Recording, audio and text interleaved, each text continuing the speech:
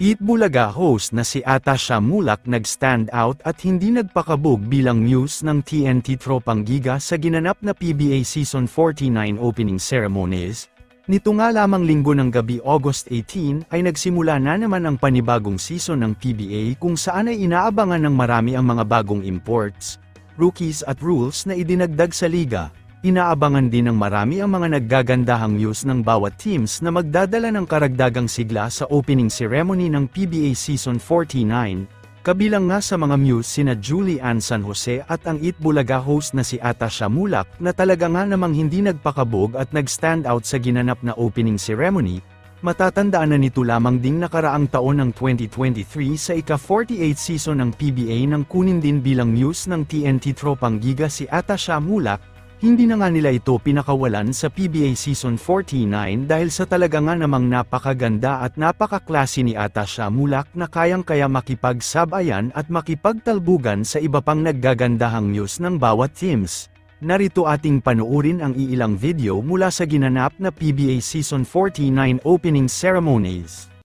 Kasama ang ng muse na si Atasha Mulak.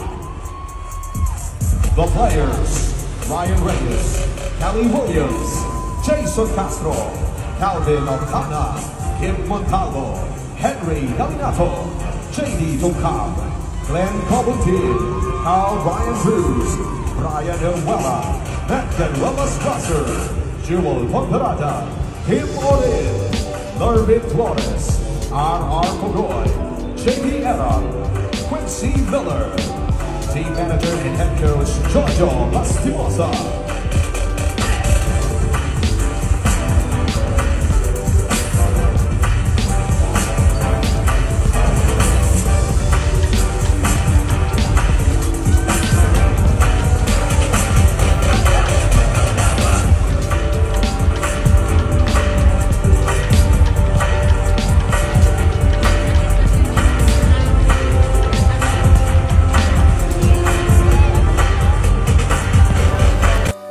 Berdiri bawah gerak, ang paboritong Johor atau na nagpapagawang ang TNT Tropang Giga kasama ng muse na si Atasha Mulak.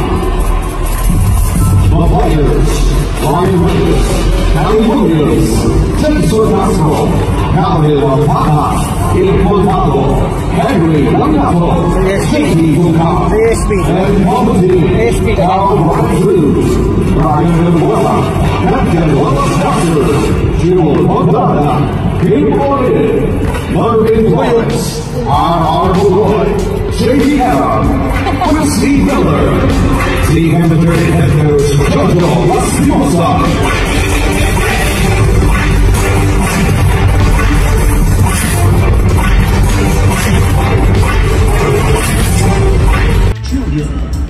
Manuela Strasser, Brian Emuela, Glenn Cobentin, Ray Nambata, Calvin Ocana, Calvin Ayawal, Paul Vanilla, Alvin Vosotros, Kelly Williams, Randy